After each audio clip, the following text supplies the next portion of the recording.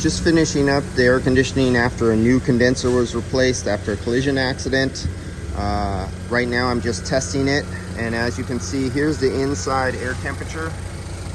We are at 37 degrees Fahrenheit out the dash and dropping. Let's see, my thing doesn't like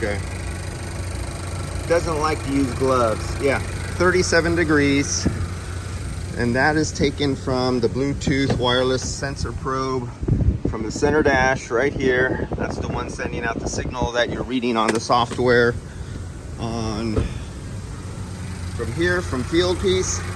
So this recording snapshot will go with the invoice for the customer, so the customer can see while the vehicle's operating live actually what the temperature of their dash is doing right there. Same with, let's see if I could get this to work with my gloves on. No, I can't. Hold on, I gotta put down the phone. Sorry about that. Okay, so we'll go back here, and I've explained this many times.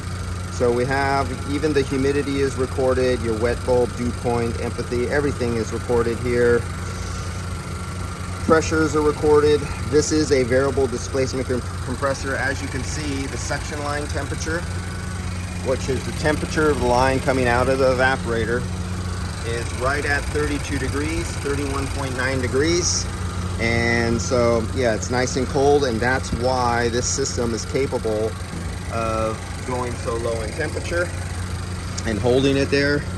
And that's the difference between a system that's properly charged and a system that is not properly charged on one of these Honda CR-Vs. So that's it. This is just a short brief showing you, this is the field piece software. This is, you could use an Android tablet or an Apple tablet. Most people, for some reason, find out that the Apple tablets work with the software a little better. And free for download the software when you purchase the digital gauges. This is the S-Man SM480V model, 4-port. And you also could do without any, if you use the refrigerant gauges. These are your wireless pressure transducers. These are the temperature clamps that would take the place of those temperature clamps right there.